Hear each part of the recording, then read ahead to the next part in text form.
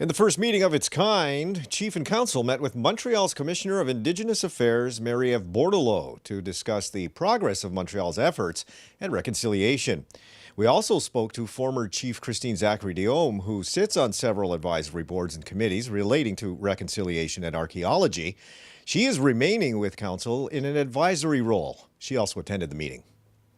So Montreal has entered into a reconciliation process with the Indigenous peoples back in 2016.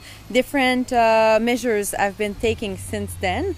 However, in February, they appointed me as Commissioner of Indigenous Relations to really guide them through reconciliation. So I have the mandate to develop a reconciliation strategy for the City of Montreal, but to do so it was important that we consult the different Indigenous partners, and the Kahnawà Mohawk community, Mohawk Nation is very important for us to consult. So the Grand Chief and the Chief accepted to meet with me this morning and to discuss what is their vision and expectation when it comes to reconciliation with the City of Montreal. Well, I was pleased to see just how much of the reconciliation plan is underway. First of all, it's a very energetic plan.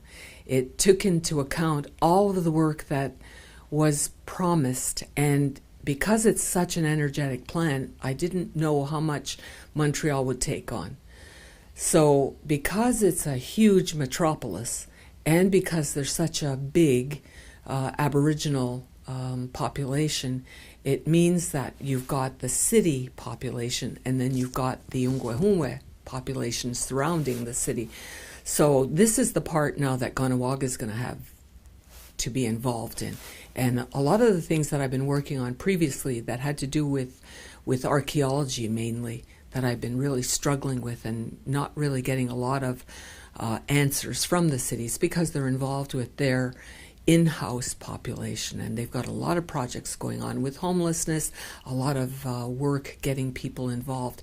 And when you go in the city and you attend other events, you're beginning to see now how they're starting to involve their internal populations. So that's really good. That's what I heard today.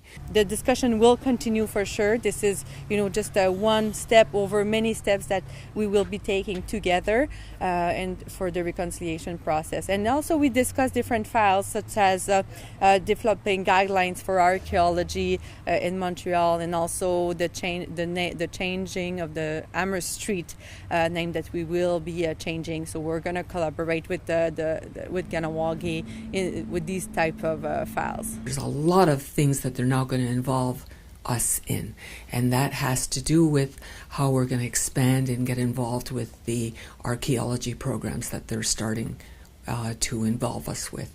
And so we did make some commentary, and now we're going to be involved with arts and culture, more of the kinds of programs that I want us to be involved with and I want our population to be involved with. We've got a lot of arts and culture people here. We've got singers, we've got dancers, we've got artists.